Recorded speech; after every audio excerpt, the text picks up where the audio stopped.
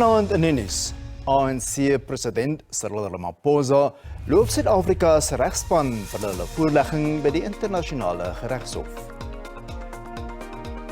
Die Noord-Kaapse polisie ondersoek inbrake by verskeie kantore van die Solplaatjie munisipaliteit in Kimberley. En finansiële raadgewers raad Suid-Afrikaners moed in wat in Januarie finansiëel kleitrap.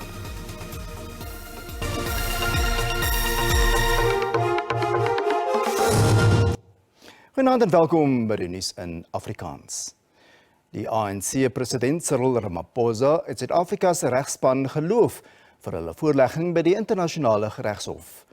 Ramaphosa het saamtrekke van die ANC se vroue- en jeugliga in Mpumalanga toegespreek in aanloop tot die party se bestaanjaarviering die naweek.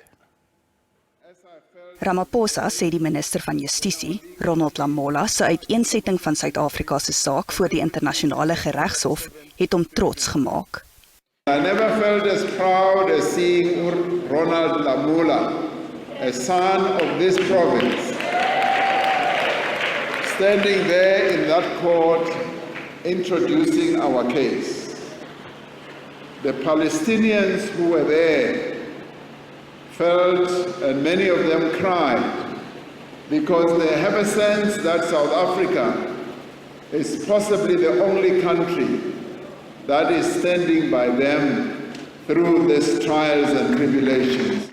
Die ANC-president sê Suid-Afrika het hom tot die Wêreldhof gewen om die land se steun aan onderdrukte Palestynë te bevestig.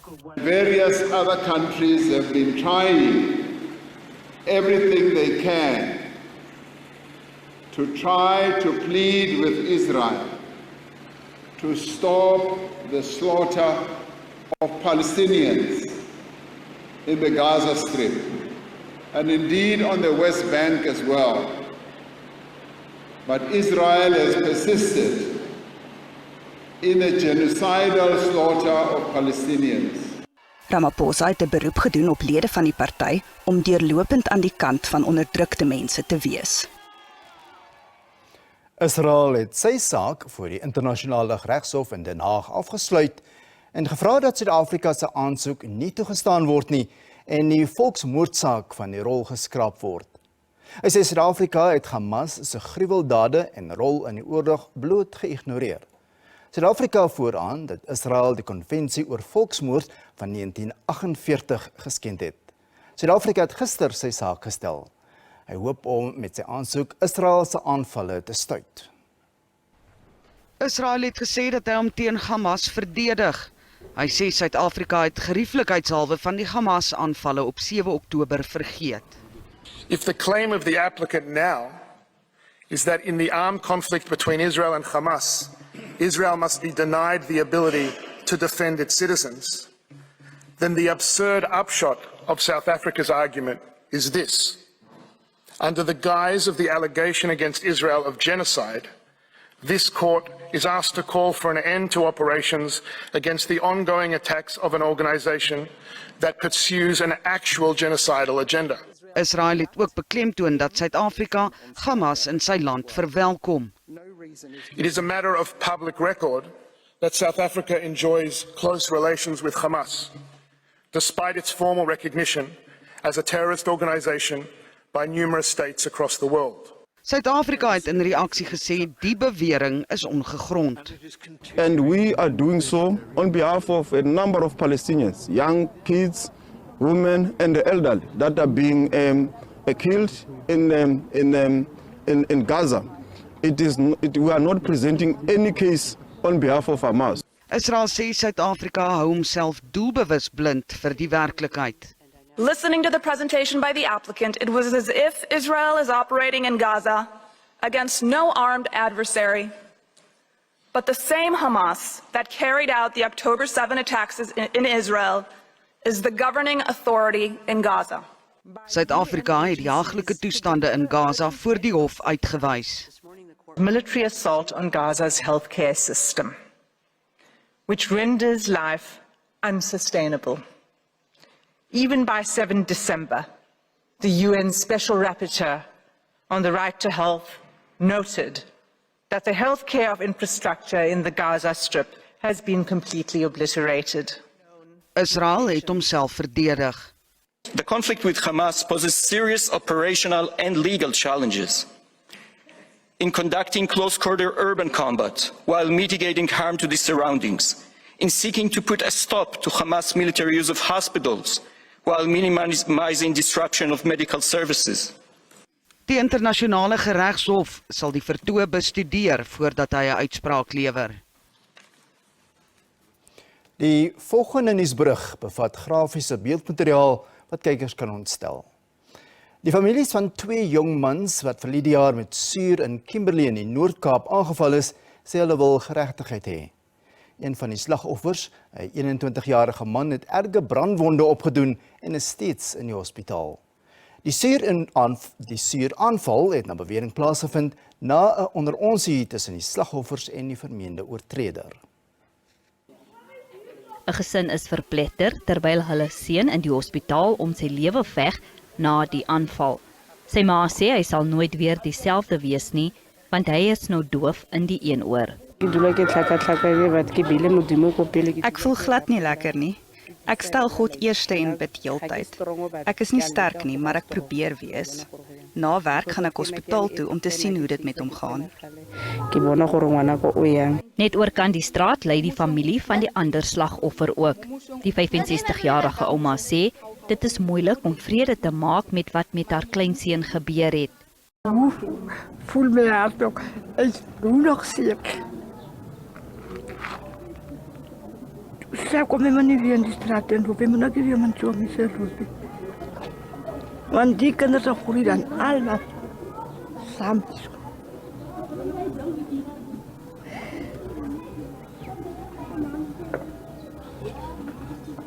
Hoe ik blij net bij deze.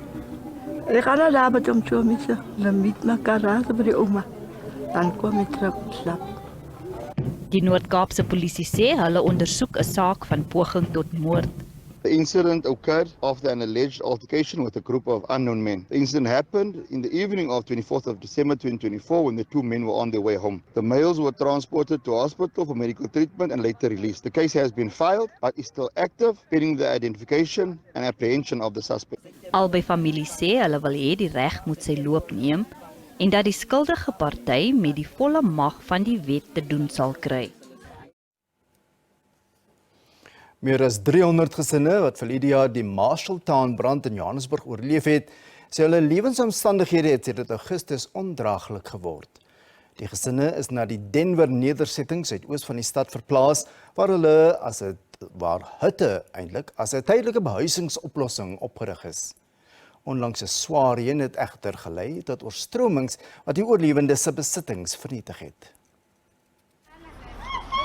77 mense het in die brand omgekom, maar vir die oorlewendes is elke dag sedertdien 'n uitdaging. Hulle trauma om die brand te oorleef, hulle geliefdes te verloor en om verplaas te word, is vererger deur die haglike lewensomstandighede waaronder hulle tans gebuk gaan. Die tydelike nedersetting het geen water of elektrisiteit nie en die gebrek aan sekuriteit dra by tot hulle ellende. Die meer as 300 gesinne beskuldig die plaaslike regering daarvan dat hulle in die steek gelaat het. These are non-governmental organizations basically doing the work that is supposed to be done by the state and its organs which have a constitutional obligation to ensure that these people are assisted in every way possible to receive the humanitarian aid, but also the assistance to rebuild their lives. Die stadsbestuurder erken dat hulle sekere kwessies betreffende water, elektrisiteit en rommel moes hanteer. City Power will be on site very soon as well. Joburg Water, we've ensured that we're starting to comply, Executive Mayor, with the standpipes and the ratio within that area. I personally went to site last week to ensure that work is taking place, and I can indicate to you the area was clean in terms of waste management. But we must indicate to you we had an issue on Friday evening where there was some form of flooding in the area and our EMS were there. Menseregte-aktiviste in die gebied beskryf die situasie as 'n dreigende humanitêre krisis. So in a disaster, you would have things such as proper shelter, decent homes, not putting people under further pressure. So the flooding that happened here on Friday reoccurred today. So you're taking people out of a building that was on fire, putting them into a place that is not conducive for humans to live here. Nie-regeringsorganisasies het 'n beroep op die Gautengse premier en die president gedoen om in te gryp en die oorlewendes dringend te help.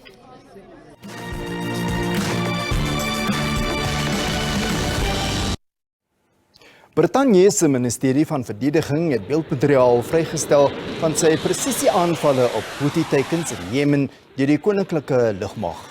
'n Woordvoerder van die Houthis het bevestig dat Brittanje en die VSA lug- en see-missielaanvalle Houthi-basisse en ander militêre teikens getref het. 5 Houthi-vegters is dood en 6 is in die aanvalle beseer. Die aanvalle in Jemen volg kort op die resolusie wat deur die Verenigde Nasies se Veiligheidsraad goedgekeur is, waar volgens aanvalle op skepe in die Rooi See onmiddellik gestaak moet word. Die Houthi-woordvoerder het gesê daar is geen regverdiging vir die aanvalle nie en hulle sal voortgaan met aanvalle op skepe wat in die rigting van Israel vaar. Kort na die aanvalle op Jemen het die prys van Brent-olie 2% hoër in die koers van $80 per vat verhandel. Die aanvalle het internasionale handel op die sleutelroete tussen Europa en Asië ontwrig. Sowat 15% van die wêreld se seevragverkeer gebruik die roete deur die Rooi See. Die Maersk-maatskappy het reeds aangedui dat hy al sy vaartuie in die afsienbare toekoms op alternatiewe roetes sal herlei wat verdere druk op die olieprys plaas. Inwoners van Taiwan maak gereed om môre hulle kruisies te trek in die president- en parlementsverkiesing. China beskou Taiwan egter as bloot 'n wegbreekprovinsie en deel van sy grondgebied. Taiwan se 3 grootste politieke partye is die regerende Demokratiese Progressiewe Party, die Taiwan People's Party en die Party Kuomintang. Al 3 glo in die land se onafhanklikheid. China het nie openbaar gemaak wie sy voorkeurkandidaat of party is nie, maar het wel die stemming beskryf as 'n keuse tussen oorlog of vrede. Dit is alom bekend dat China onder leiding van president Xi Jinping onderneem het om Taiwan onder sy heerskappy te bring.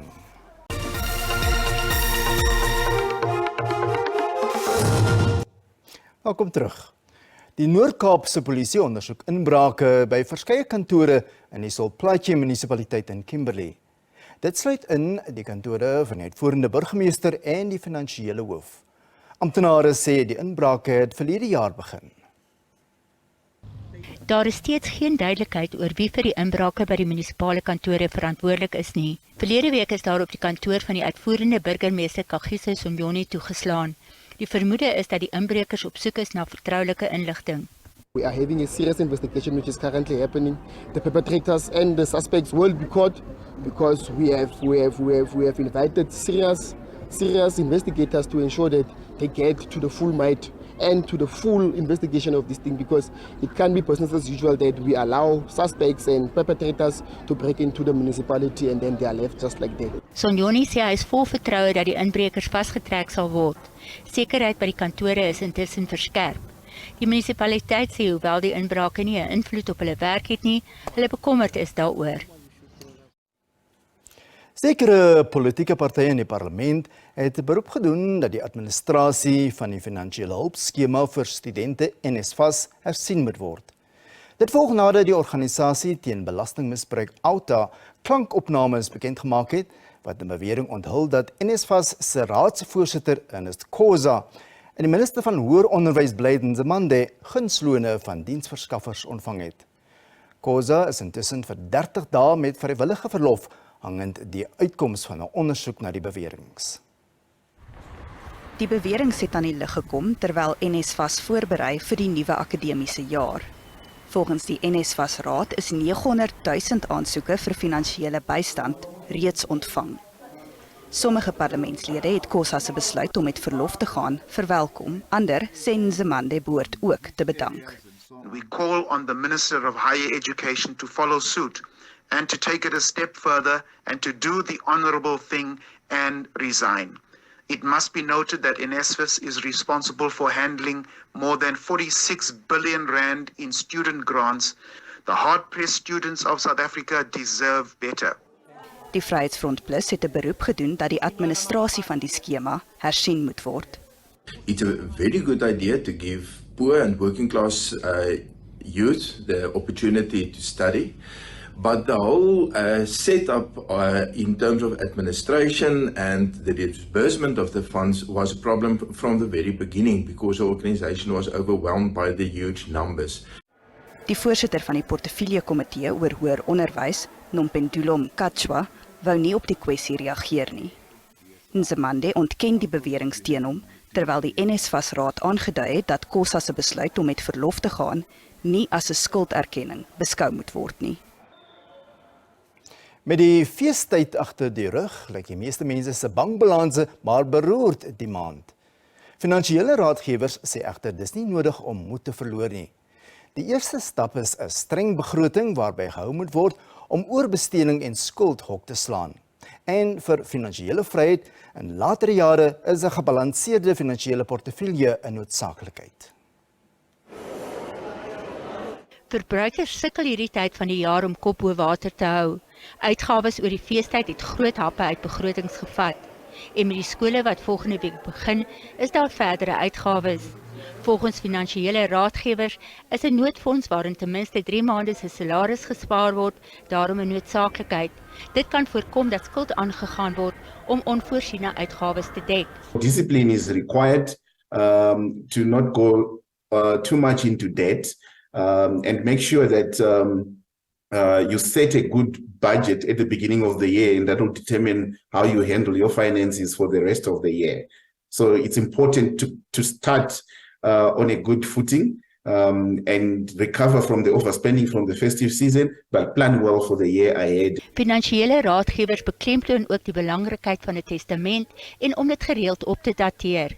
Lewenspolisse kan verseker dat jou geliefdes finansiëel versorg is as jy nie meer daar is nie. Starting off on a clean slate, making sure that your will's in place, making sure that your insurance policies, the correct beneficiaries, regarding the will, who's the executor, are the guardians correct, are there minor children, are there trusts?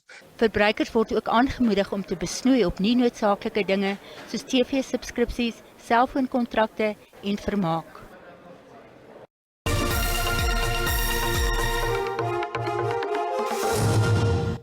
Hier is 'n opsomming van hoe die markte vandag gevaar het.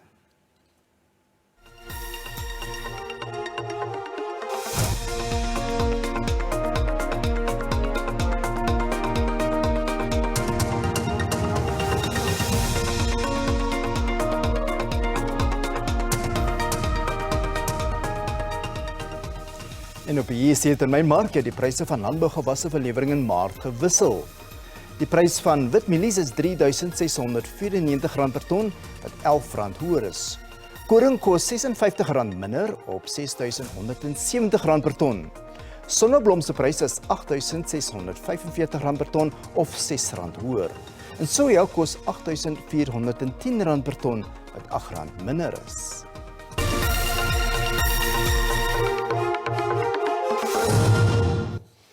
Die Afrikaanse sokkerlegende Mark Williams glo, Bafana kan deurdring na die kwartfinale van die Afrikaans Nuus beker. Bafana is in groep E saam met Tunesië, Mali en Namibië. Die span is reeds in die Ivoorkus waar hulle wedstryd teen Mali Dinsdag aand om 10:00 Suid-Afrikaanse tyd begin. Suid-Afrika het dit reg gekry om die gasheerland van die Afrikaans Nuus beker toernooi in 2019 Egipte te klop en die kwartfinale te haal. Die span het wel die laaste AFCON toernooi in Kameroen in 2022 misgeloop, maar die Bafana legende Mark Williams glo egter dit gaan 'n opdraande stryd wees. Williams het 2 doele in die AFCON finaal in 1996 teen Tunesië aangeteken. Mali is not an easy team. We've always been struggling with Mali. I believe they're just next to where the tournament is happening. They're like neighboring countries, but it's nice sometimes because there will be a lot of pressure on them. On the Bafana players there won't be, but they know that if they get the result there, they got the 3 points. Williams meen die voorbereidingstyd vir die groot toernooi was nie genoeg nie. The more time you have, the better it is. Unfortunately, the coach, he'll say yes, because he has seen these players playing during the year. But it's nice when you can have a good preparation where you got like 3 or 4 weeks. Williams is ongelukkig dat die span slegs 1 oefenwedstryd voor die toernooi gespeel het. One game is never enough. I mean, people must understand this is the AFCON Cup. It's like you play in Europe, you got the European champions. Those people are having a 1 month preparation to prepare. Die Bafana afrigter Hugo Broos het 'n jong en onervare Kameroense span tot 'n oorwinning gelei in die 2017 toernooi. Inwoners van die hoofstad Abidjan berei intussen gretig voor om die 34ste Afrika Nasiesbeker aan te bied. Organiseerders verwag om daagliks 20,000 besoekers na ontspanningsgeriewe gedurende die toernooi te lok. En ons groet dan vereers. Maar as jy dalk 'n bietjie laat ingeskakel het of weer na 'n insetsel wil kyk, gaan gerus na YouTube, waar die volledige bulletin kort na uitsending beskikbaar is. Soek net na SABC Nuus en volg ons daar. Ja, totsiens tot môre aand, maar dan reeds om 6 uur.